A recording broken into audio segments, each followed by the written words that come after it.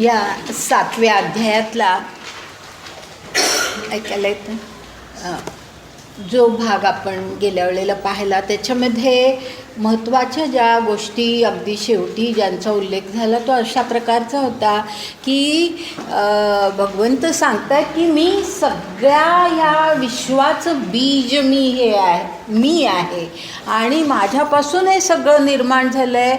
एवढंच नाही तर पुढच्या श्लोकामध्ये ते सांगतात की हे रज तम गुण हे सुद्धा माझ्यापासूनच निर्माण झाले, पण मी त्यांच्यामध्ये नाही, असा उल्लेख. आणि त्याचं स्पष्टीकरण मी केलेलं होतं की असं का म्हटलं आहे हे मी गेल्या वेळेला सांगितलं होतं.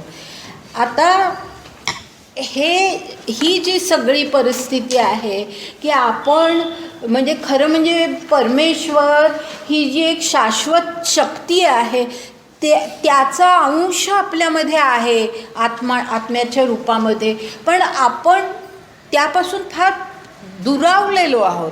आपण फार आपल्याला म्हणजे आपलं खरं स्वरूप आपण कधी ओळखतच नाही, जाणतच नाही आणि आपण काही वेगळ्याच सगळ्या प्रापंचिक सगळ्या सुखदुःखांमध्ये व्यग्र असतो.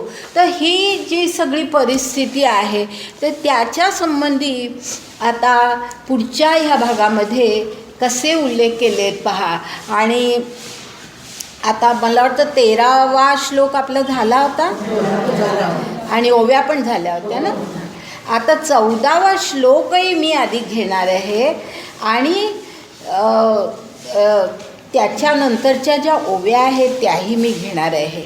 कारण का की ह्या श्लोकामध्ये सुद्धा काही चांगले शब्द आहेत की जे आपल्याला कळले पाहिजेत आणि मग त्याचं जे काही विवेचन ज्ञानेश्वरांनी केलं आहे ते तर इतकं सुंदर आहे. म्हणजे जे गीतेमध्ये नाही अशा अनेक गोष्टी त्यांनी त्या पुढच्या त्या सगळ्या स्पष्टीकरणामध्ये त्यांनी सांगितल्या आहेत आणि त्या कशा आहेत हे आपल्याला नंतर कळतं की इतक्या बारीक गोष्टी त्यांनी त्या सगळ्या पुढच्या विवेचनामध्ये आणल्या आहेत. म्हणजे केवळ श्लोकाचा अर्थ न सांगता त्याचं स्पष्टीकरण फार सुंदर प्रकारे त्यांनी केलं आहे आणि ते कशाचं स्पष्टीकरण आहे ते आपल्याला आता आपण तिथे जाऊ त्यावेळेला कळेल.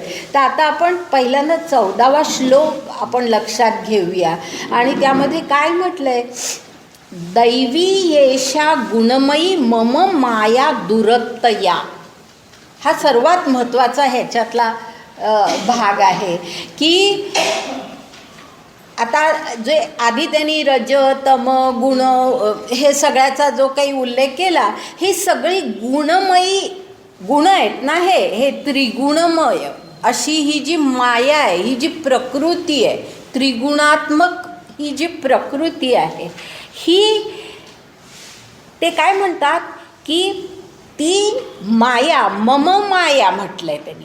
माझी माया आहे असं म्हटलं आहे, माझी माया आहे.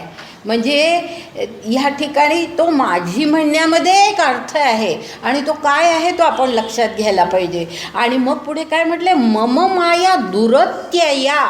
दुरत्यया ह्याचा अर्थ की ती माया ओलांडून जाणं फार अवघड आहे, फार कठीण आहे. ही जी माया आहे ही ओलांडून पुढे जाणं, त्याच्यातून पार पडणं हे अतिशय कठीण आहे. म्हणून तो दुरत्यया शब्द वापरला आहे की ही पार त्याच्यातून पार आपण पडणं हे कठीण आहे, म्हणून ती दुरत्यया. आणि अशी ही इतकी दुरत्यया का झाली, ही माया इतकी कठीण का आहे, ह्याचं जे थोडंसं स्पष्टीकरण आहे ना ते मम ह्या शब्दामध्ये आणि दैवी ह्या शब्दामध्ये की दैवी येशा असं म्हटलं आहे. म्हणजे ही जी माया आहे ही दैवी माया आहे. म्हणजे असं नाही की काहीतरी नुसतंच प्रपंचामध्ये आल्यानंतर निर्माण झालं आहे असं नाही, मुळामध्ये ती दैवी माया आहे.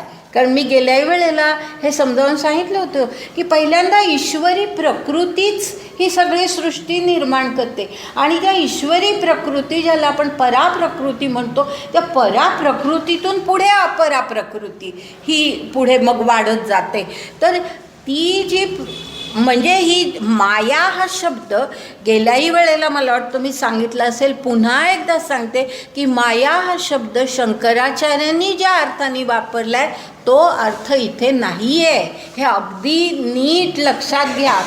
संबंध गीतेमध्ये आणि ज्ञानेश्वरीमध्ये जिथे जिथे माया हा शब्द येतो तो जो शंकराचार्यांना अभिप्रेत आहे तो नाही आहे. शंकराचार्यांनी काय म्हटलेलं आहे ह्याचं मी एकदा विवेचन केलं होतं, तुम्हाला आठवत असेल तर पहा, की ज्या वेळेला मी सगळं नाथपंथ आणि त्याचं जे विवेचन केलं त्यामध्ये मी ह्याचा उल्लेख केलेला होता की शंकराचार्यांना असं त्यांनी अशा प्रकारचे विचार मांडलेले आहेत की हे विश्व सगळं आभास आहे, आभास आहे, मिथ्या आहे, त्याला त्यांनी माया म्हटलं. त्या मिथ्या असणं, तो आभास असणं, हे सगळं अज्ञान असणं, त्याला त्यांनी माया म्हटलेलं आहे. आणि गीतेमध्ये आणि ज्ञानेश्वरीमध्ये सुद्धा माया हा शब्द वापरलेला आहे, पण तो त्या अर्थी वापरलेला नाही. तर माया ह्याचा अर्थ या ठिकाणी प्रकृती हाच आहे. प्रकृती पहिल्यांदा ती पराप्रकृती आणि त्यानंतर त्रिगुणात्मक अपराप्रकृती, हे दोन्हीही. आणि विशेषतः त्रिगुणात्मक जी प्रकृती आहे त्याला जास्ती करून हा माया शब्द वापरला आहे. ही अपरा प्रकृती जी आहे त्याला जास्ती करून हा शब्द आपल्याला वापरलेला दिसतो, की जो आता पुढे ज्ञानेश्वरांनी जे काही त्याचं विवरण केलेलं आहे त्याच्यामध्ये तसाच अर्थ अभिप्रेत धरून त्यांनी ते सगळं विवेचन केलं आहे. तर अशा प्रकारे ही जी माया आहे ते म्हणतात की ती माझी माया आहे, ती दैवी माया आहे, म्हणून ती दुरत्यय आहे. कारण माझं सामर्थ्य त्या मायेमध्ये सुद्धा आहे, माझीच माया आहे ना ती, त्यामुळे माझं जे सामर्थ्य आहे, माझं जे बळ आहे ते त्याच्यामध्येही आहे. आणि त्यामुळे ती ओलांडणं हे कठीण आहे, त्याच्यातून पार पडणं हे फार कठीण आहे.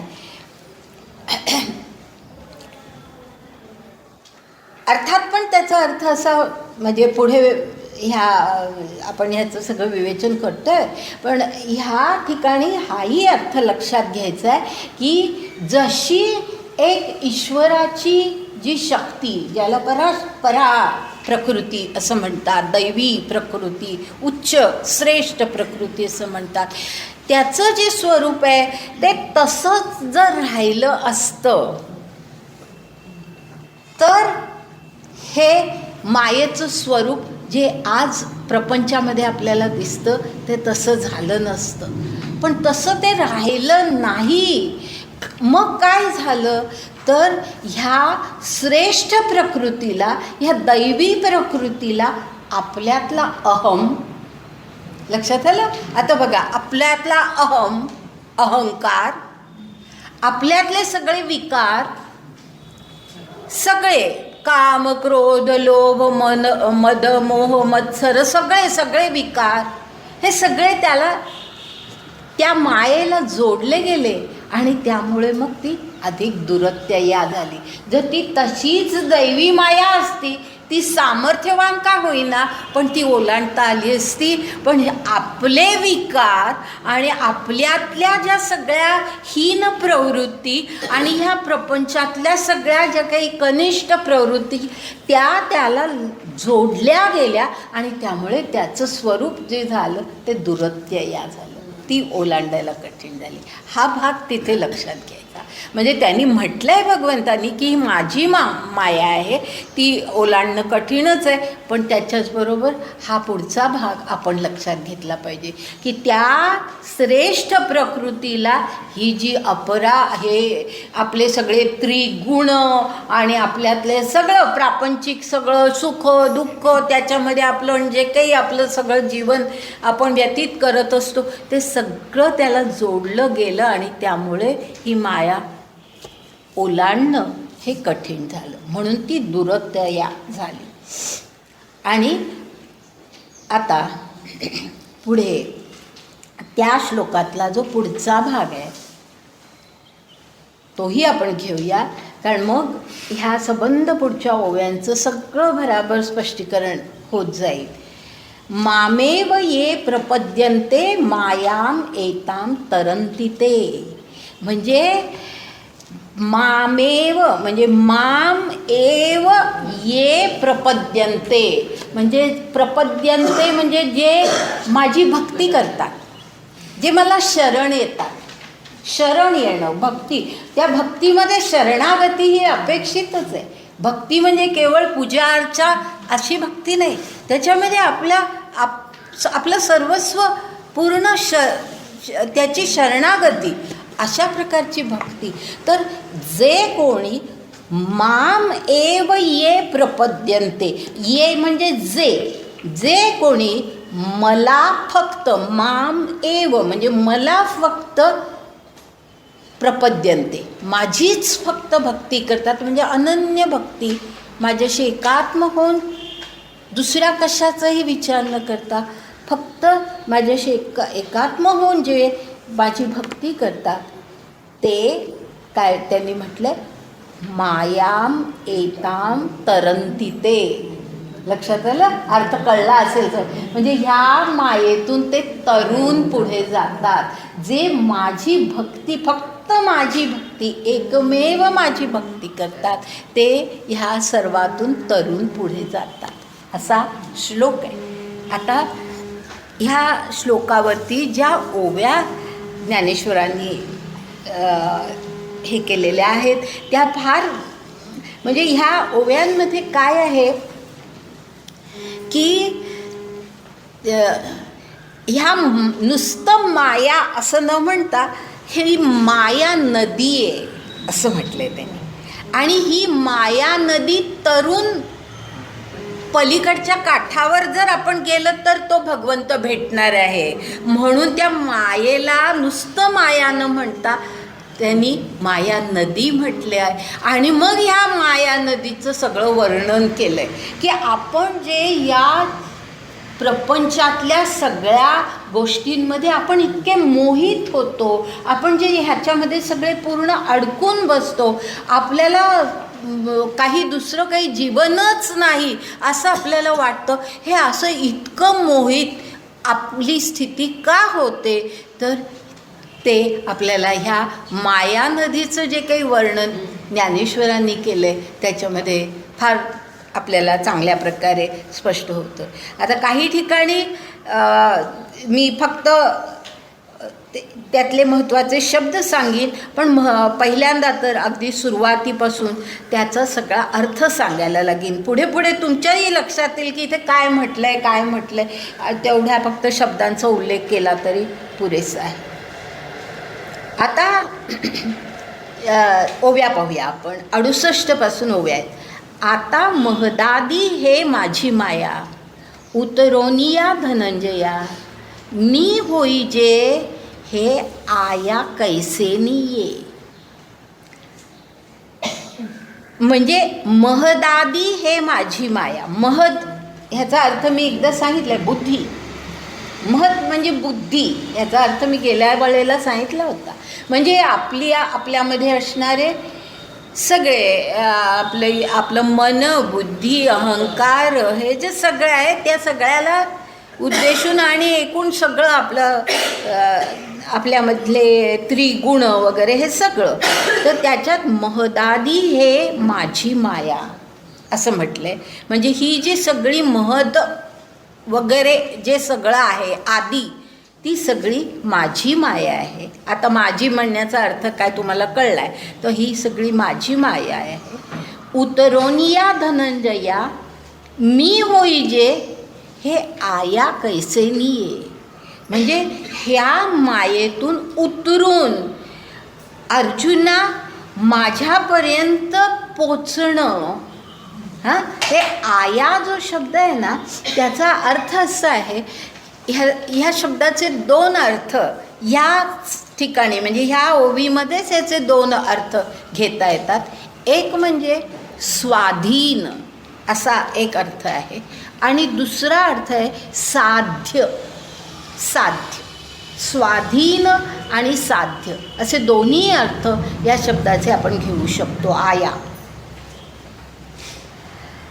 आता हे असे अर्थ घेतले की काय ह्याचा अर्थ या ओवीचा होतो पहा, की ह्या मायेतून, ह्या महदादी ह्या माझ्या मायेतून उतरून म्हणजे ह्याच्यातून बाहेर पडणं, हे अर्जुना त्याच्यातून बाहेर पडून मी होईजे, मी होईजे, लक्षात आलं?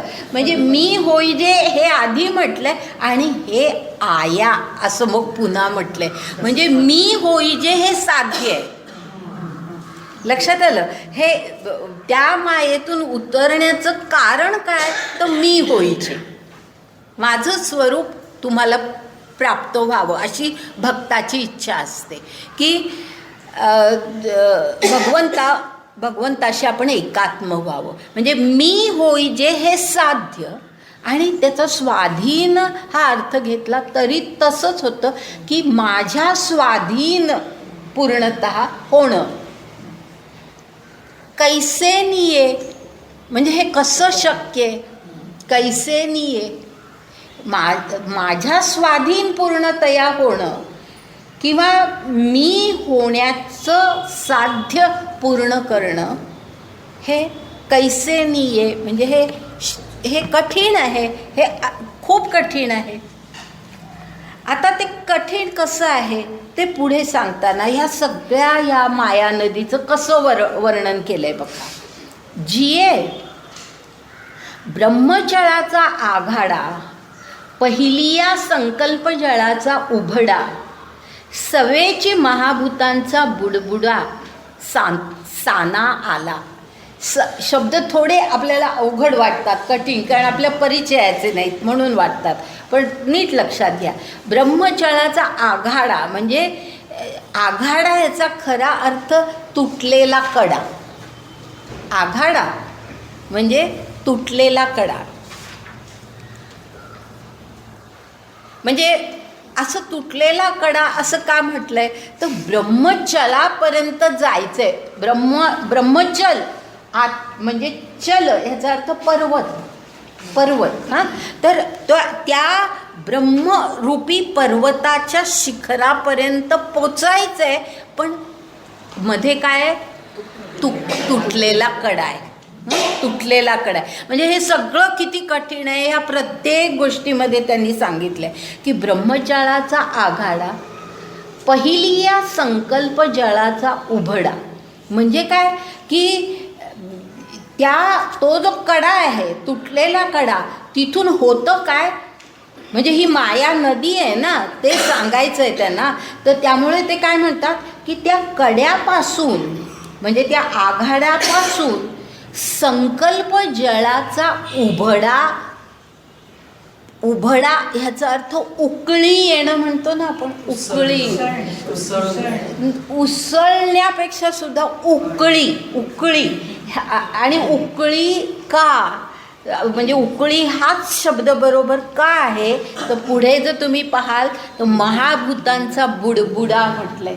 उकळीमध्ये बुडबुडे येतात ना पाण्यावर, तर म्हणून उकळी हा शब्दच त्या ठिकाणी बरोबर आहे. नुसतं उसळणं नाही आहे ते. तर संकल्प जळ म्हणजे संकल्परूपी सारख्या इच्छा आपल्या मनात, हे पाहिजे, ते पाहिजे, ते मिळालं तरी आणि काहीतरी पाहिजे, मी हे करणारच आहे वगैरे वगैरे सगळं. म्हणजे त्याच्यामध्ये कर्तृत्वाचा मद असतो व सगळ्या गोष्टी असतात. तर असं या संकल्प जळाचा उभडा म्हणजे त्याला उकळी फुटते, त्या जळाला उकळी फुटते आणि त्याच्यातून काय होतं, सवेची महाभूतांचा बुडबुडा साना आला. म्हणजे लहान लहान बुडबुडे महाभूतांचे, पंचमहाभूतांचं आपलं शरीर बनलेलं आहे ना, तर त्या असे अनेक महाभूतांचे लहान लहान बुडबुडे त्या पाण्यावरती आलेत. उकळी फुटलेल्या त्या पाण्यावरती असे अनेक बुडबुडे आलेत असं त्यांनी म्हटलंय. पहिलिया म्हणजे पहिल्यांदा काय होतं की त्या कड्यापासून संकल्प जळाला उकळी येते. म्हणजे महाभूत कशी निर्माण होतात हे सांगता येते. तर ब्रह्म आहे, त्या ब्रह्माचा तो निसरडा कडा आहे, पण त्या कड्याच्या पुढे काय पहिल्यांदा होतं तर संकल्पाच्या पाण्याला उकळी येते. पहिलिया म्हणजे पहिल्यांदा काय होतं तर असं होतं, पहिल्यांदा असं होतं. पहिलिया संकल्प जळाचा उभडा, सवेची महाभूतांचा बुडबुडा, साना आला. साना म्हणजे लहान लहान लहान लहान बुडबुडे येतात. जे सृष्टी विस्ताराचे नि वोघे, चढत काळ कलनेचे नि वेगे, प्रवृत्ती निवृत्तीची तुंगे तटे सांडी.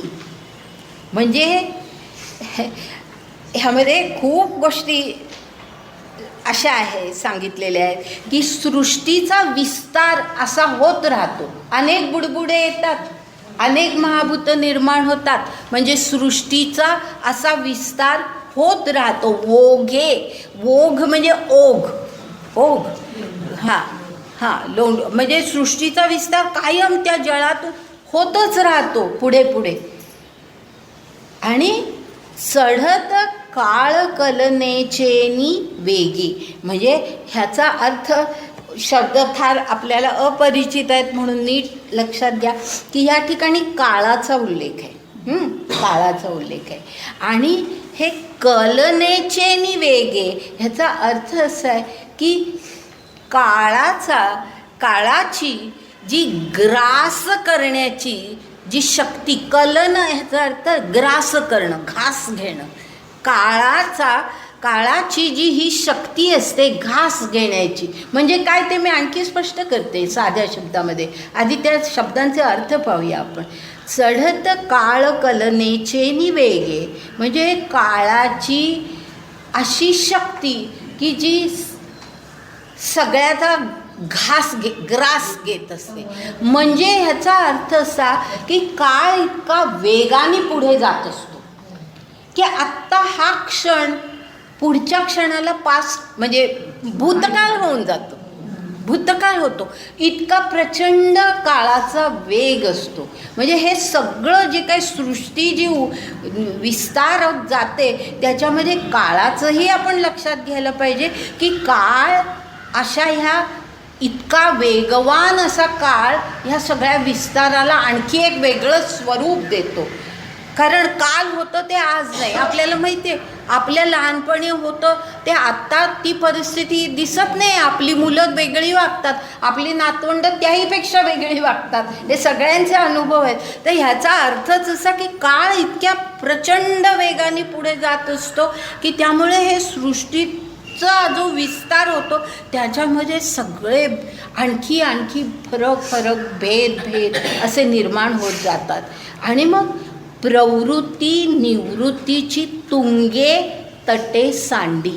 आता तुंग ह्याचा अर्थ उंच तट, हां उत्तुंग म्हणजे उंच तट त्याला म्हणतात तुंग.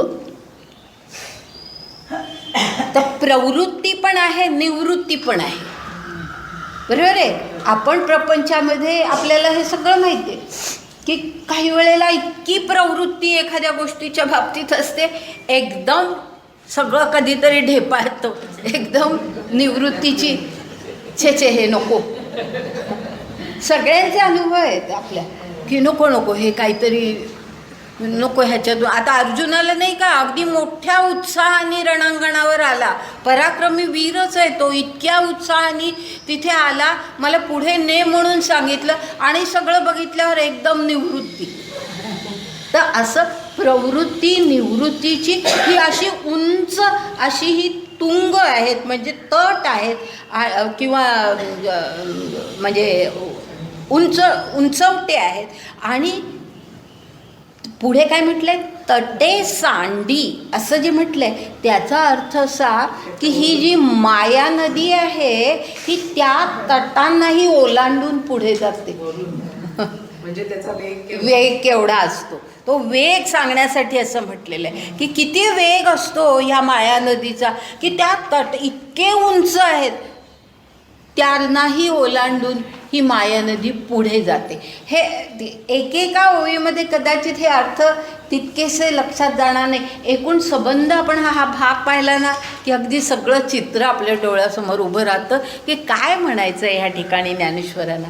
तर असं अशा प्रकारे तर तटे सांडी म्हणजे त्याच्याही बाहेर ती वाहू लागते माया नदी. म्हणजे या माया नदीचा पुढे म्हटलं तर महापूर आहे हा असं म्हटलेलं आहे त्यांनी. तर हे त्या महापुराला कुठले तट आणि कुठले तुंग कशाची आडकाठी राहतच नाही. तर पुढे जे आता पुढे हा महापूर का येतो या माया नदीला त्याचं वर्णन कसं केलंय पहा. जे गुणघनाचेनी वृष्टी भरली मोहाचेनी महापुरे घेऊनी जात नगरे यमनियमांची.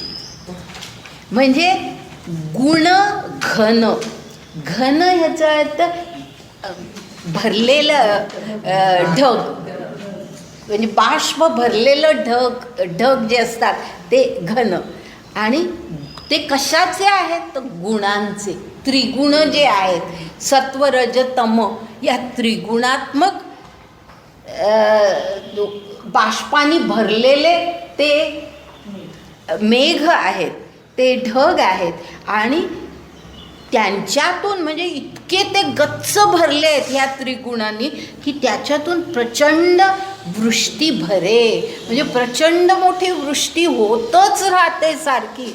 आपण प्रत्येकाने आपला विचार करायचा की सत्व रज तम चालू असतं आपल्या कोणामध्येही एक गुण कायम नसतो. आपण कधी सात्विक असतो, कधी राजसिक असतो, कधी तामसिक असतो, सगळं असतं आपल्यामध्ये. तर ह्या सगळ्याचे असे हे घन ते त्या ढगांमधनं प्रचंड मोठी वृष्टी होते. आणि मग भरली मोहाचेनी महापुरे म्हणजे मोहाचे महापूर येत राहतात.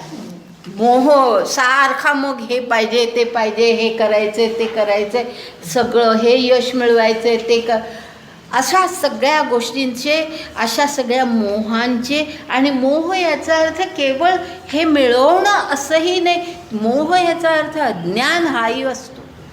अज्ञानाचे सुद्धा महापूर आहे. आपल्याला कळतच नाही की हे आपण करतो हे योग्य आहे का नाही, ही प्रवृत्ती योग्य आहे का नाही, ही निवृत्ती योग्य आहे का नाही, आपल्याला काही कळतच नाही. अशी आपली स्थिती असते. तर असे हे महापूर मोहाचेनी महापुरे असे महापूर येत जातात. आणि मग ते घेऊनही जात नगरे सगळी गावाच्या गावं ती हे करून टाकते. ती माया नदी ती आपल्याबरोबर घेऊन जाते लोंढ्यामध्ये. आणि मग काय होतं यमनियमांची म्हणजे ती नगरं कशाची आहेत यमनियमांची नगरं. म्हणजे जे आयुष्यामध्ये यमनियम आपण पाळले पाहिजेत ते सगळे वाहून जातात. त्या मोहामध्ये जे काही आपण पडतो त्याच्यामध्ये हे सगळं वाहत असं निघून जातं. लोंढेच्या लोंढे असे सगळे त्याच्यामध्ये वाहत जातात. यमनियमांची नगरं वाहत जातात. जेथ द्वेषाच्या आवर्ती दाटत मत्सराचे वळसे पडत माझी प्रमदादी तळपत महामीन. जेथ द्वेषाचा आवर्ती आवर्ती ह्याचा अर्थ पाण्यामध्ये भोवरा निर्माण होतो माहिती आहे ना. त्याच्यामध्ये अडकलं की आपण बाहेर पडू शकत नाही त्या भोवऱ्यातून. ते आपल्याला आतमध्ये खेचत राहतं. तर तसं द्वेष म्हणजे हे नको आहे ते नको आहे, हे मला चालणार नाही, सगळ्या प्रकारचे द्वेष. म्हणजे जसं हवं आहे तसं नको आहे हे पण. जशी आसक्ती असते राग द्वेष हे शब्द आपल्याला माहिती आहेत. आता राग म्हणजे आसक्ती, आपल्याला हे हवं आहे, द्वेष म्हणजे हे नको आहे. ह्या सगळ्याचे भोवरे निर्माण होत असतात. आणि मग मत्सराचे वळसे पडत असतात. ती नदी अशी वळणं घेत जाते असं म्हटलंय त्यांनी. मत्सराचे वळसे म्हणजे ती नदी सरळ नाही वाहते, मत्सराचे वळसे घेत. म्हणजे आपण नेहमी आपली दुसऱ्यांशी काहीतरी तुलना करतो आणि मग तो द्वेष, मग तो मत्सर आपल्या मनामध्ये येतो. तर मत्सराचे वळसे पडत जातात. आणि पुढे जो शब्द आहे ना, माझी, म्हणजे त्यामध्ये, त्या पाण्यामध्ये, माझी याचा अर्थ त्या पाण्यामध्ये, माझी म्हणजे मध्ये, पण ते कशाच्या मध्ये, तर त्या पाण्यामध्ये काय आहे, प्रमदादी तळपत महामीन. आता हा जो शब्द आहे महामीन, याचा अर्थ मोठे मोठे मासे. महामीन, फार मोठे मोठे मासे आहेत त्याच्यामध्ये.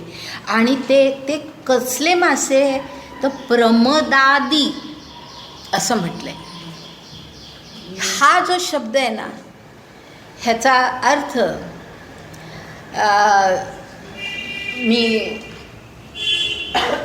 1-2 ठिकाणी जो पाहिला त्यामध्ये असा अर्थ केलेला आहे की प्रमदा शब्द घेतला आहे त्यांनी.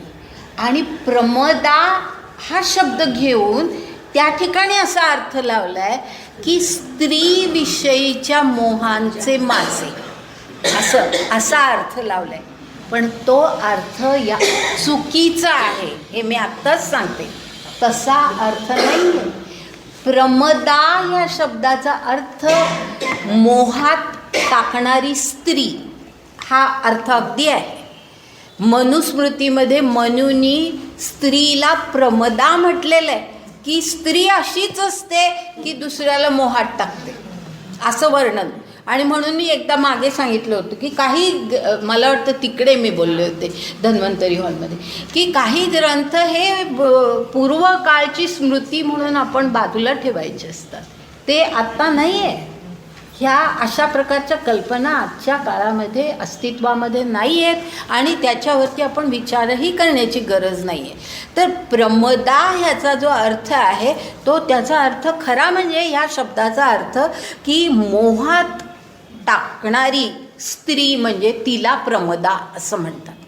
पण हा जो शब्द इथे आहे ना, तो तुम्ही नीट वाचलात तर प्रमदादी असं म्हटलंय, म्हणजे प्रमद आदी. लक्षात आलं? वृत्ती होईल का? नाही, हा वृत्ती, पण म्हणजे प्रमद आदी. प्रमदादी म्हणजे प्रमदा म्हणजे स्त्रीच्या मोहामध्ये पडणारं, असा अर्थ तिथे नाही आहे. आणि असा अर्थ जर तुम्ही कुठे वाचलात तर तो चुकीचा आहे, हे लक्षात घ्या. तो अर्थ नाही आहे. प्रमद म्हणजे मोह, प्रमद म्हणजे मोह, जो मोह देणाऱ्या गोष्टी ज्या असतात ते प्रमद आदी. प्रमद आदी म्हणजे मोह आहे. मोहाबरोबर लोभ असतो, लोभ असला की मत्सर असतो. हे सगळं येतं त्याच्याबरोबर, म्हणजे सगळे विकार त्याला लागून येतात. षड्विकार, षड्रिपू आपण ज्याला म्हणतो, ते सगळे एकमेकाला लागून असतात. त्या अर्थाने प्रमदादी शब्द वापरलेला आहे. प्रमदा असा तो शब्द नाही आहे. प्रमदा म्हणजे मोहात टाकणारी स्त्री असा अर्थ तिथे नाही आहे. तर त्या ठिकाणी हे जे मोठमोठे मासे आहेत ते मोहमयी आहेत असा अर्थ तिथे. मोहमयी आहेत, आपल्याला मोह निर्माण करतात. आपल्याला मग लोभ वाटायला लागतो, आसक्ती वाटायला लागते. हे हवंच, मला मिळालंच पाहिजे. मग ते मला न मिळता दुसऱ्याला मिळालं की मत्सर आला, मग द्वेष आला. हे सगळं त्याला लागून येतं. म्हणून प्रमदादी असा शब्द आहे. प्रमद आदी असा शब्द आहे. असे ते महामीन, असे मोठे मोठे मासे त्या महानदीमध्ये. म्हणजे ह्या माया नदीचं ह्या वर्णन करताना त्याच्यामध्ये काय काय आहे ते सांगितलं आहे त्याने. तर त्यामध्ये असे महामीन आहेत की त्याच्यामध्ये आपण अडकत जातो की मोहामध्ये, लोभामध्ये, मत्सरामध्ये. मग त्यामुळे आपण काही कृती करतो, असा त्या ठिकाणी अर्थ आहे. पुढे, जेथ प्रपंचाची वळणे, कर्माकर्माची ओभाणे, वरी तरता ती ओसाणे सुखदुःखांची. म्हणजे जेथ प्रपंचाची वळणे, प्रपंच असं वाकडी वाकडी वळणं घेत घेत पुढे जात असतो. आपल्याला सगळ्यांचा अनुभव आहे. असं की आपण ठरवलं आहे किंवा आपण कल्पना केली आहे तशाच गोष्टी पुढे घडतात असं नाही. काहीतरी वाकडी वळणं येतच असतात आयुष्यामध्ये. तर अशी वाकडी वळणं घेत घेत तो प्रपंच पुढे, म्हणजे ही महानदी पुढे वाहत असते प्रपंचाची. आणि तिथे कर्माची ओभाणे असं म्हटलंय. म्हणजे ओभाणे ह्याचा अर्थ महापूर. महापूर, ओभाणे हा शब्द आधी एकदा येऊन गेलाय. ओभाणे म्हणजे महापूर.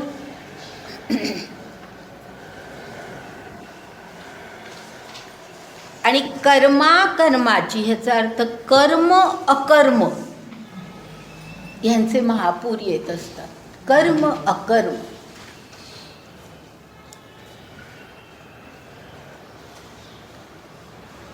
आता खरं म्हणजे गीतेमध्ये आता हा जो शब्द ह्या ठिकाणी कर्म अकर्म हा जो शब्द वापरलेला आहे, तो गीतेमध्ये अकर्म हा शब्द जो आहे तो वेगळ्या अर्थाने आहे. आणि तो अशा प्रकारे आहे की ज्या वेळेला कर्मफळाची अपेक्षा न ठेवता आपण कर्म करतो किंवा कर्तृत्वाचाही मद मनामध्ये नसताना आपण कर्म करतो, ते अकर्म असतं असा गीतेमध्ये अर्थ आहे. पण या ठिकाणी त्या अर्थाने अकर्म हा शब्द वापरलेला नाही आहे. इथे अकर्म म्हणजे कर्म न करणं असं आहे. कर्म न करणं म्हणजे कर्म करणं, कर्म न करणं हे असं हे महापूर येतच असतात या नदीला. म्हणजे आपलं सगळं जीवन असंच चाललेलं असतं. आणि पुढे जे म्हटलंय वरी, वरी ह्याचा अर्थ त्या नदीच्या पाण्याच्या वर, नदीच्या पाण्याच्या वर, त्या महापुराचं जे पाणी आहे त्या पाण्याच्या वरती वरी तरता ती ओसाणे सुखदुःखांची. हा जो ओसाणे शब्द आहे तो त्याला त्याचा शब्दार्थ म्हणून दिलेला आहे आपल्या बऱ्याच ज्ञानेश्वरीच्या पुस्तकांमध्ये. त्याला पुराडे असा शब्द दिला आहे. पुराडे. पण म्हणजे काय हे आपल्याला माहीत, कारण पुराडे हा शब्द कुठे आपल्याला माहिती.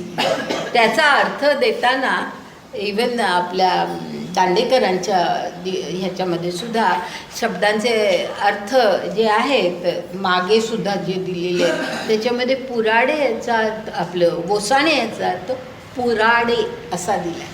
पण पुराडे ह्याचा अर्थ हा सगळा संदर्भ आपण लक्षात घेतला तर त्याचा अर्थ आपण समजू शकतो. आणि तो असा आहे की ज्या वेळेला महापूर येतो, नदीला पूर येतो, त्यावेळेला अनेक गोष्टी तरंगत वाहत येतात त्या पाण्यामध्ये, त्याला पुराडे. पुराडे, पुराडे म्हणजे पुराबरोबर वाहत येणाऱ्या गोष्टी, ते पुराडे. म्हणजे संदर्भानुसार आपण हा अर्थ घेतला पाहिजे.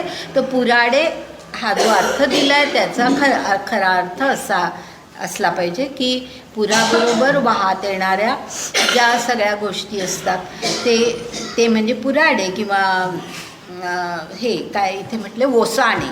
आणि ती कसली पुराडं आहेत, कसले ओसाणे आहेत, सुखदुःखांची. कारण या माया नदीमध्ये आहोत आपण, जे काही सगळं करतो त्याच्यामध्ये कधी सुख येतं कधी दुःख येतं. म्हणजे सुख दुःख हे त्याच्याबरोबर वाहत त्या महापुरातून वाहत येतच असतात.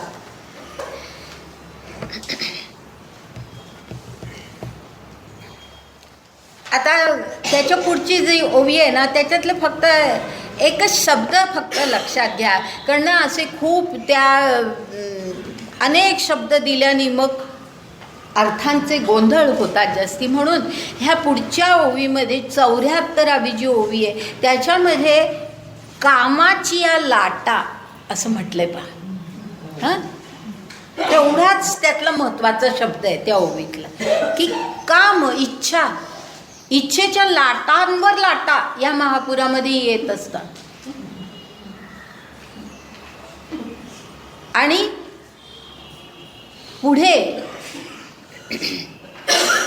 पुढच्या 75व्या ओवीमध्ये अहंकाराचा उल्लेख आहे बघा. आता काही शब्दच सांगते, सगळे ते असं हे न घेता अहंकाराचा उल्लेख आहे. अहंकाराची या चळिया म्हटले, म्हणजे चळिया ह्याचा अर्थ मोठमोठ्या धारा. म्हणजे अहंकार इतका असतो माणसामध्ये की त्या धारांमुळे हा महापूर आणखीन वाढतच असतो सगळा.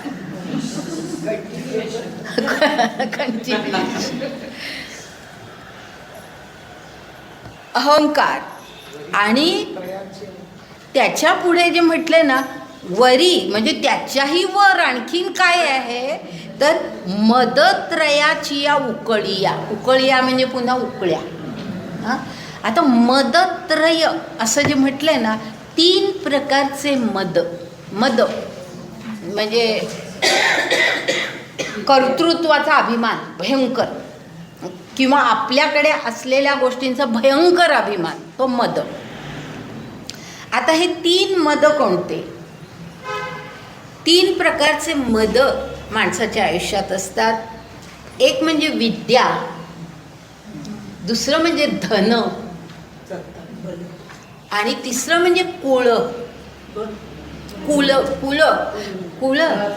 कुळाचा अभिमान असतो कुळाचा. म्हणजे आपण कसेही असू दे, आम्ही ह्या कुळातले, कुळाचा अभिमान.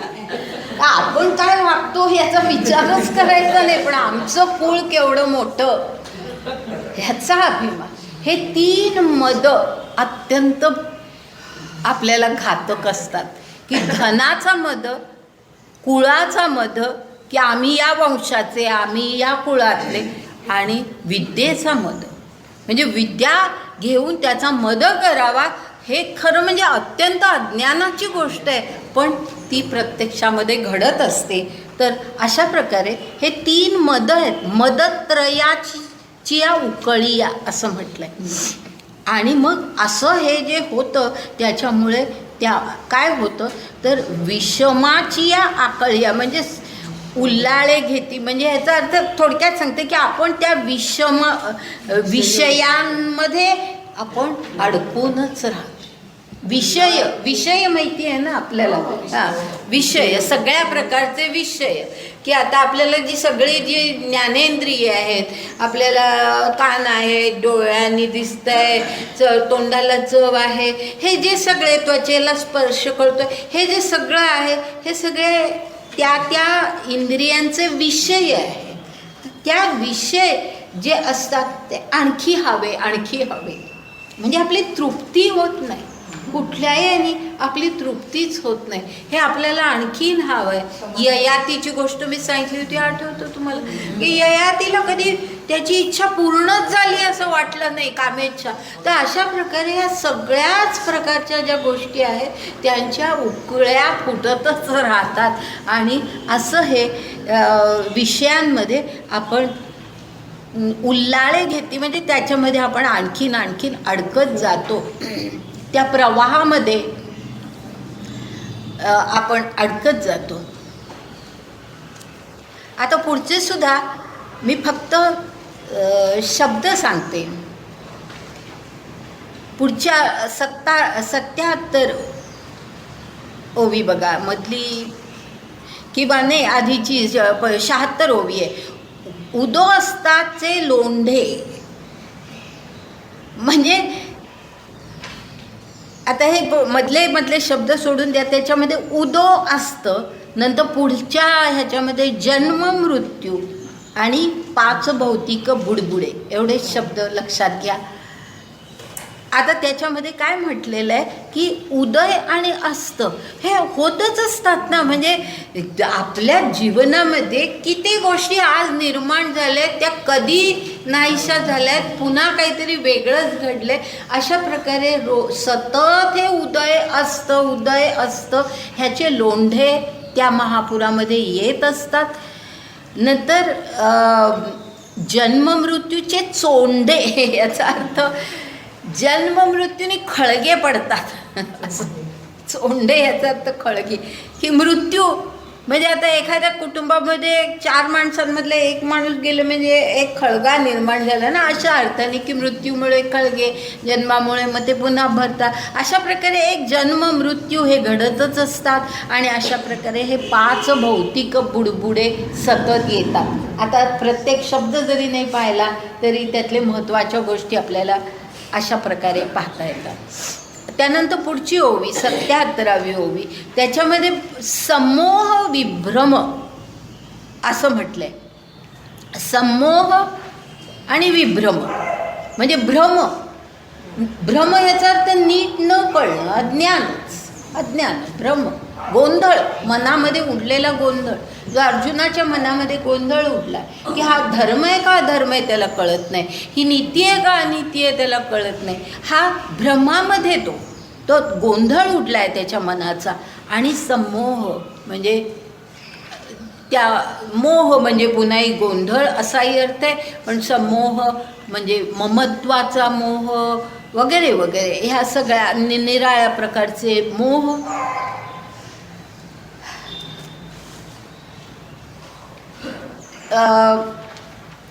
त्याच्या पुढचं फक्त एकच हे घेते की गिळीत धैर्याची आविसे असं म्हटलंय.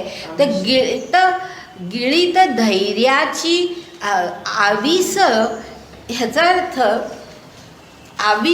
अर्थ खरा असा आहे, जो ह्या सगळ्या पुस्तकांमध्ये आहे तो असा आहे की आमिष म्हणजे गळाला लावलेलं आमिष जे असतं. आणि म्हणून तो जो आधी आहे ना समोह विभ्रम, तो भासे असं वाटतंय तिथे, पण तो भ नाही आहे, तो म आहे, मासे असा शब्द आहे.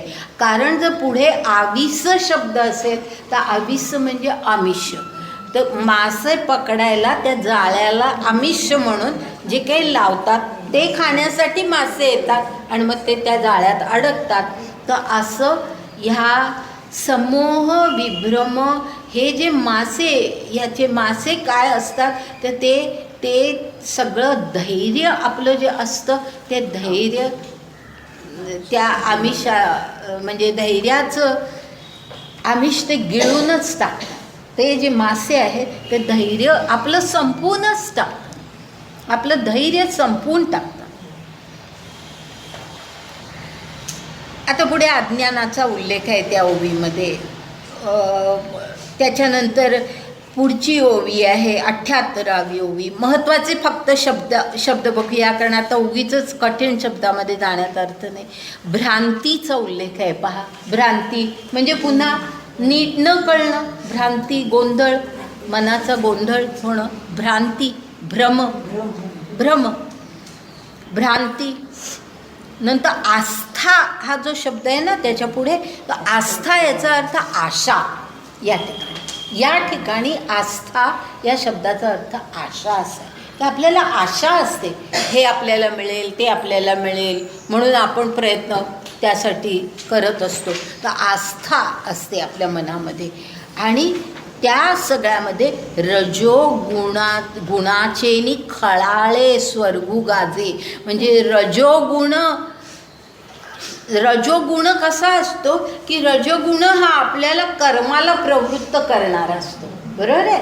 तर तो रजोगुण इतका खळाळतो असं म्हटलंय. म्हणजे असं नुसतं हे कर्म करायचंच नाही की मी केलंच पाहिजे, म्हणजे अशा प्रकारची एक जिद्द निर्माण होते आपल्या मनामध्ये. तर असं ते रजोगुणाचे खळाळे म्हणून म्हटलंय की भयंकर खळाळता असा रजोगुण आपल्यामध्ये निर्माण होतो आणि तो स्वर्गू गाजे म्हणजे स्वर्गापर्यंत गाजतो असं. काय आता ते लहान लहान शब्द सोडून द्या. फसणं, त्या जाळ्यामध्ये फसणं असा त्याचा अर्थ आहे की हे जे आशेमुळे आपण जाळ्यामध्ये पकडले जातो, फसतो आपण. आता ह्या काही शब्दांचे ना थोडे अर्थ तुम्ही जरी तुम्ही जी डिक्शनरी हे पाहता त्याच्या मागे शब्दार्थ दिलेले आहेत ते पाहिले तरी तुम्हाला कळतील. महत्त्वाचे आहे तेवढं आपण फक्त पाहूया. तर रजोगुणाचा उल्लेख केला आहे. मग नंतर तमाचा उल्लेख केला आहे. तमाचे धारसे वाढ म्हटले, म्हणजे तमाची प्रचंड धारसे वाढ ह्याचा अर्थ प्रचंड धार. तमोगुण माणसाला तमोगुण काही प्रमाणात आवश्यकही असतो. आपल्याला एक स्थिरत्व देणारा तो गुण असतो. आपण ज्या वेळेला 14व्या अध्यायाचा अभ्यास करू त्यावेळेला आपल्याला या सगळ्या गुणांचं पूर्ण सगळं विवेचन आपण त्या ठिकाणी करणार आहोत. पण त्यावेळेला कळेल की ह्या प्रत्येक गुणामध्ये केवळ काही वाईट आहे असं नाही आहे, म्हणजे केवळ सत्वच चांगलं असं नाही. रजोगुणामध्ये कर्माला आपल्याला प्रेरित केलं जातं. तमोगुण असा आहे की जो आपल्याला स्थिरता देतो, आणि स्थिरतासुद्धा जरूर असते आयुष्यामध्ये. सारखं आपण धावत राहिलो याच्या मागे, कुठल्याही गोष्टीच्या मागे, तर ते आपल्या सगळ्या प्रकारच्या आपल्यामध्ये दुष्प्रवृत्तीसुद्धा त्यामुळे निर्माण होऊ शकतात. तर त्यामुळे थोड्या प्रमाणामध्ये स्थिरता, विश्रांती, म्हणजे तमोगुण याचा अर्थ केवळ आळस नव्हे, तमोगुणामध्ये विश्रांती हाही भाग आहे जी आवश्यक असते. आपल्या शरीराला, आपल्या मेंदूला, सगळ्याला, आपल्या मनाला विश्रांती पण आवश्यक असते. तर तमोगुण पण आवश्यक असतो.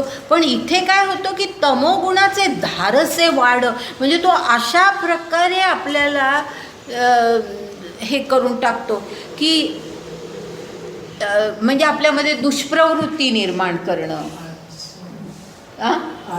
आळस निर्माण करणं, अनेक प्रकारच्या दुष्प्रवृत्ती, दुर्वर्तन हे निर्माण करणं, हे सगळं तमोगुणामुळे होत असतं. तर असं ह्या माया नदीमध्ये हे रजोगुणाचं खळाळं आहे, तमोगुणाची धारसे वाढ आहे, आणि सत्वाचे स्थिरपण जाड, म्हणजे सत्वाचं हे स्थिरपण जाड ह्याचा अर्थ असा आहे खरा, म्हणजे की सत्वगुणाचं खोल पाणी असा त्याचा अर्थ. खोल पाणी, सत्वगुण जो असतो तो आपल्याला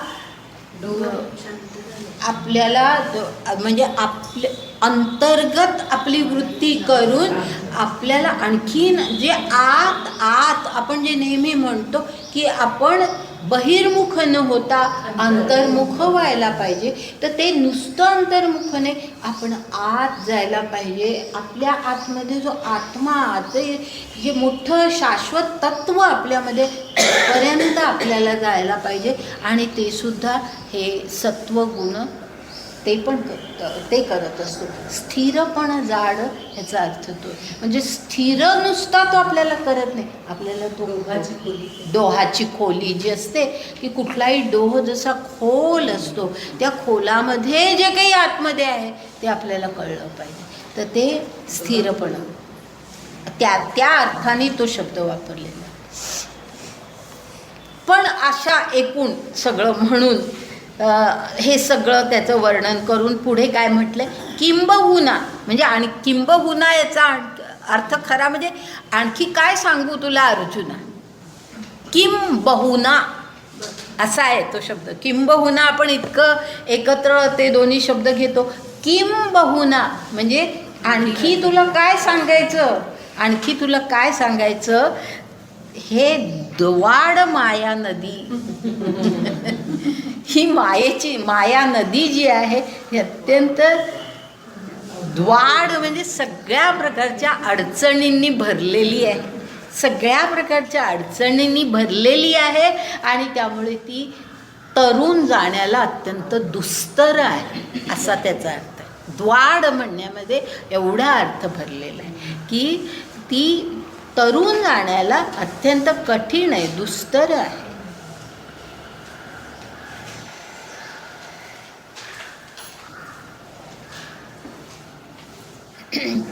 आता मधल्या एक दोन ओव्या गाळून 81 ओवी घेते. तया म्हणजे त्या माया नदीमध्ये, त्या तयात किंवा त्या माया नदीचं तया पाणीयाचेनी वहिलेपण म्हणजे त्याचं जे पाणी, त्याचा जो पूर, जो प्रवाह त्याचा जो प्रवाह, वहिलेपण म्हणजे प्रवाह, त्या पाण्याचा जो प्रवाह आहे तो कसा आहे, अजूनी न धरिती ओभाणे, म्हणजे तो ओभाणे म्हणजे महापूर थांबतच नाही. इतका प्रचंड प्रवाह आहे या माया नदीचा की तो थांबतच नाही, आणि त्यामुळे तो प्रवाह थांबत नाही, त्यामुळे हा महापूर थांबत नाही. ओभाणे म्हणजे महापूर, तो महापूर थांबत नाही. ऐसा मायापूर हा कवणे तरी जेलगा, म्हणजे असा प्रकारचा हा जो मायेचा पूर आहे तो कोण तरून जाणार अर्जुना.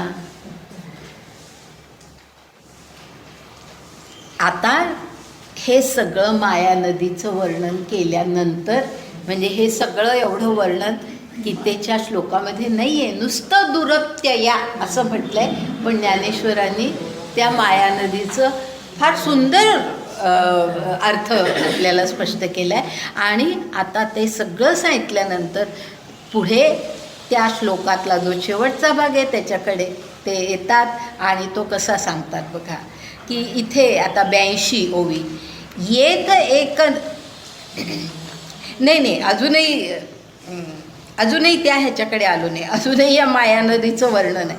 येथ एक नवलावो जो कीजे तरुणो पावो, तो अपावो होय ते एक.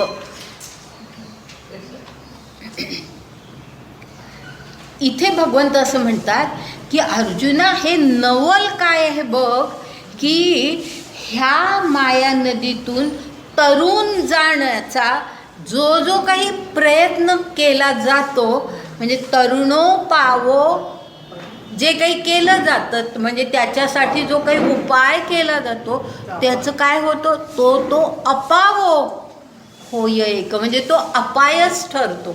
जो उपाय म्हणून केला जातो तो अपाय ठरतो. कसं ते आता पुढे आहे. या माया नदीतून तरुण जाण्यासाठी जे काही प्रयत्न माणूस करतो ते सगळे उलटतात, ते सगळे अपायात्मक ठरतात. आणि ते कसे ते बघ आता पुढे ते सांगतात.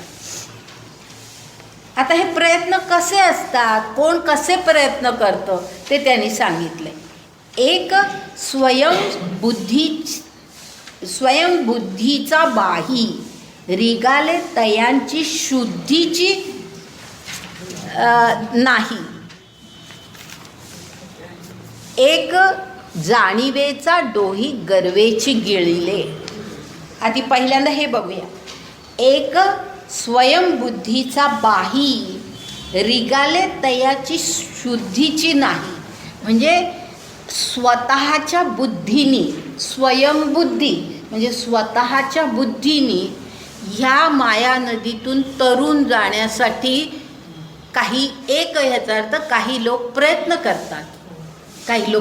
करतात, तयांची शुद्धीची नाही, म्हणजे त्यांचा ठाव ठिकाणाच नसतो. ते कुठे गेले त्या माया नदीमध्ये, कुठे वाहून गेले हे आपल्याला कळत सुद्धा नाही. म्हणजे स्वयंबुद्धीनी तरुण जाण्याचा प्रयत्न केला तर हे असं होतं.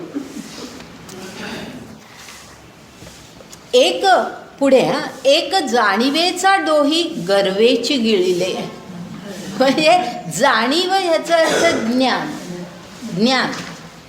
काही माणसं ज्ञानाचा मार्ग धरतात की आपण माया नदीतून तरुण जायचं आहे ना, तर त्या माया नदीतून तरुण जायला आपण ज्ञान मिळवूया.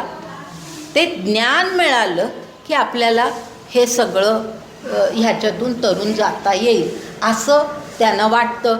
आणि म्हणून जाणीवेचा डोही ते जातात, म्हणजे ते त्या डोहामध्ये ते शिरतात, त्या ज्ञानाच्या डोहामध्ये शिरतात आणि गर्वची गिळले म्हणजे त्यांना इतका स्वतःचाच गर्व होतो की आपण एवढे मोठे ज्ञानी असं त्यांना वाटतं आणि झालं, मग संपलं. मग ते आणखीन मायेमध्ये अडकलेच. म्हणजे ज्ञानाने पण ते तरुण जाऊ शकत नाहीत. खरं म्हणजे जाऊ शकले असते, पण ते गर्वेची गिळले, म्हणजे गर्व झाला स्वतःच्या ज्ञानाचा, म्हणून ते संपले. आता पुढे म्हटलंय, एकी वेदत्रयाची या सांगडी घेतली या अहंभावाची या धोंडी, ते मिनाचा तोंडी सगळेची गेले.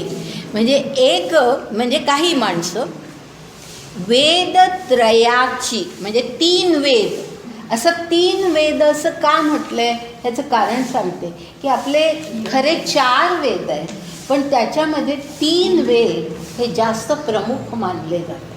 पहिले 3 म्हणजे ऋग्वेद, यजुर्वेद आणि सामवेद हे जास्त महत्त्वाचे मानले जातात.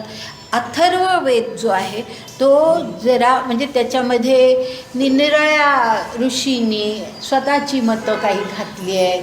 थोडंसं म्हणजे अगदी ऋग्वेद काळापासून थोडं जे सगळी एक गळती सगळ्या तत्त्वज्ञानाला लागली, त्याचा परिणाम त्या अथर्ववेदामध्ये झालेला दिसतो असं म्हटलं जातं. म्हणून नेहमी 3 वेदांना अत्यंत महत्त्व दिलं जातं.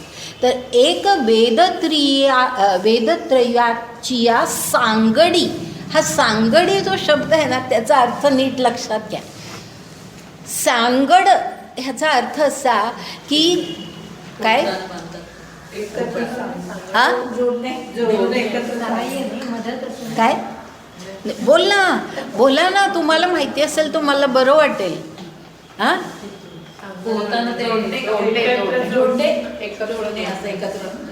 काय जोडणं?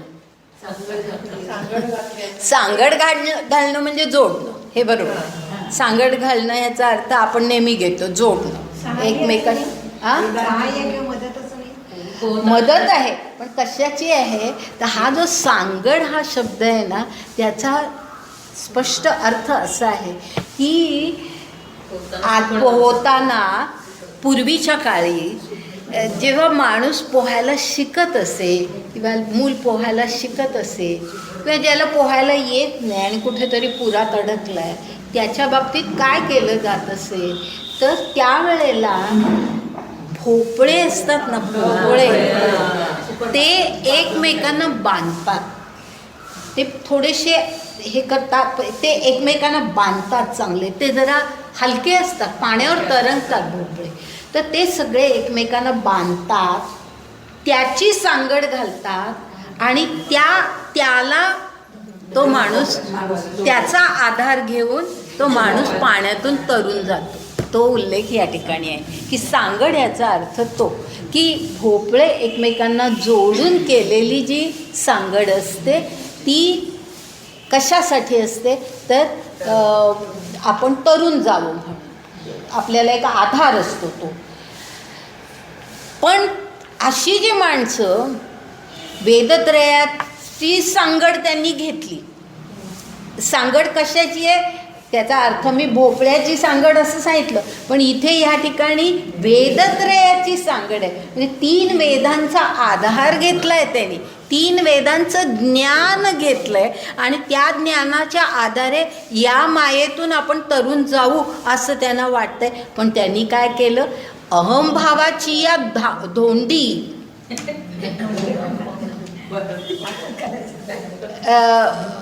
ते मदमिनांचा तोंडी सगळेची गेले. म्हणजे त्यांनी वेदत्रयाची सांगड तर घेतली बरोबर आधाराला, पण त्याच्याबरोबर अहंभावाचे धोंडे घेतले. आता ते भोपळे जे आपल्याला तरुण वर नेतात त्याला जर मोठे दगडच जोडले तर आपण बुडणार. तर म्हणून ते धोंडी शब्द आहे त्या ठिकाणी की अहंभावाची या धोंडी, म्हणजे तुम्हाला किती वेदांचं ज्ञान असलं तरी त्याच्याबरोबर जो अत्यंत अहंभाव असला, उपयोग काय त्या ज्ञानाचा? तुम्ही कुठेही मायेतून तरून जाऊ शकत नाही. तर म्हणून अहंभावाची या धोंडी, मग ते काय झाले? मद मीनाचा तोंडी सगळेची गेले. मद, कर्तृत्वाचा मद, त्यानं अत्यंत मद, आपल्या ज्ञानाचा मद, आपण इतरांपेक्षा वेगळे आहोत ह्याचा मद, अत्यंत अहंभाव आणि मद, आणि अशा मीन, मीन म्हणजे मासे, त्यांच्या तोंडी सगळेची गेली. म्हणजे ते नुसतेच बुडालेले ते त्या माशांच्या तोंडात गेले.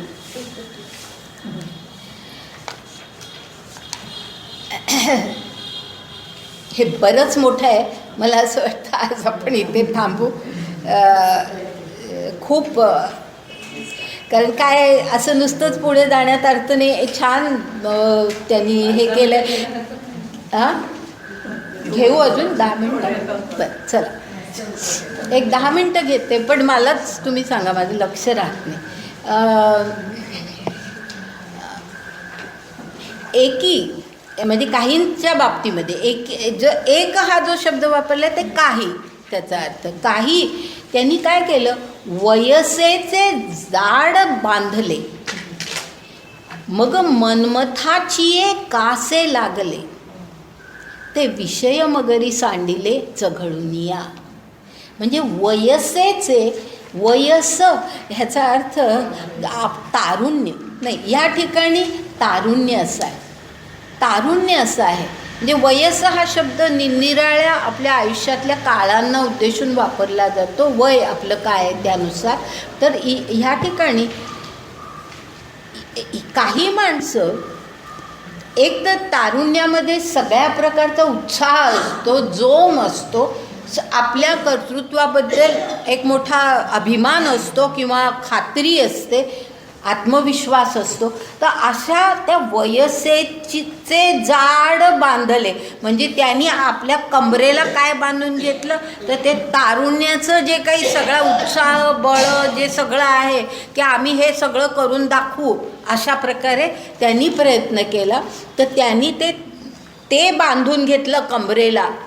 त्या पेटी, जाड ह्याचा अर्थ पेटी बांधत, पूर्वी पेटी बांधत पाण्यामध्ये बुडू नये म्हणून.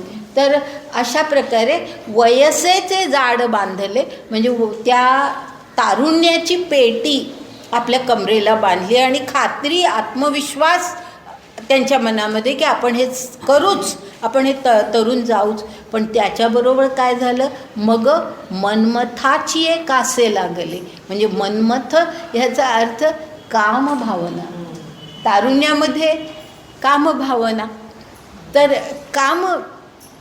कामेच्छा, मदनाच्या कासेला लागले, असा अर्थ घेतला. मनमथ ह्याचा अर्थ मदनाच्या कासेला लागले. आणि कासेला लागले हा जो शब्द आहे ना, त्याचाही अर्थ नीट लक्षात घ्या की पोहत असताना ज्याला पोहायला येत नाही तो माणूस दुसऱ्या कोणाच्या तरी कमरेला धरतो, आधाराला त्याच्या कमरेला धरतो आणि मग तो पोहतो आणि हा नुसता त्याच्याबरोबर पुढे जातो. असं त्याला कासेला लागले असा त्याचा अर्थ तो आहे. की त्यांनी काय केलं तर बरोबर काय घेतलं? कशाची कासेला लागले? तर मदनाच्या कासेला लागले. आणि मग काय झालं?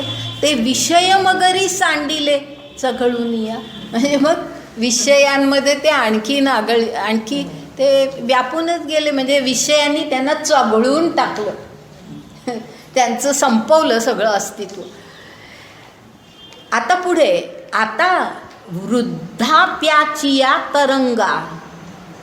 तरंगा माझी, आता वृद्धाप्याची या तरंगा माझी, मतिभ्रंशाचा रंगा.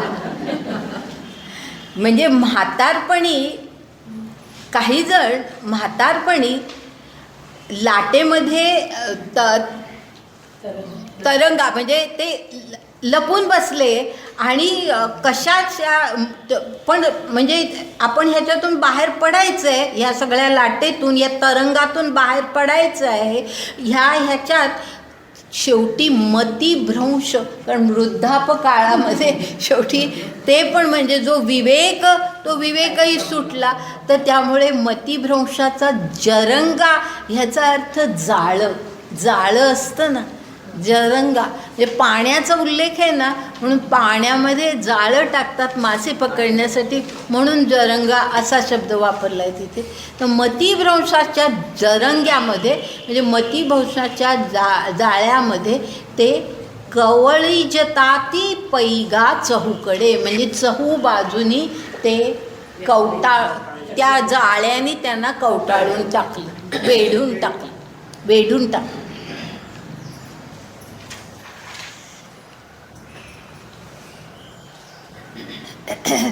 त्यानंतर मग म्हणजे त्या वृद्धापकाळाचं पुढे आणखीन वर्णन हे केलेलं आहे.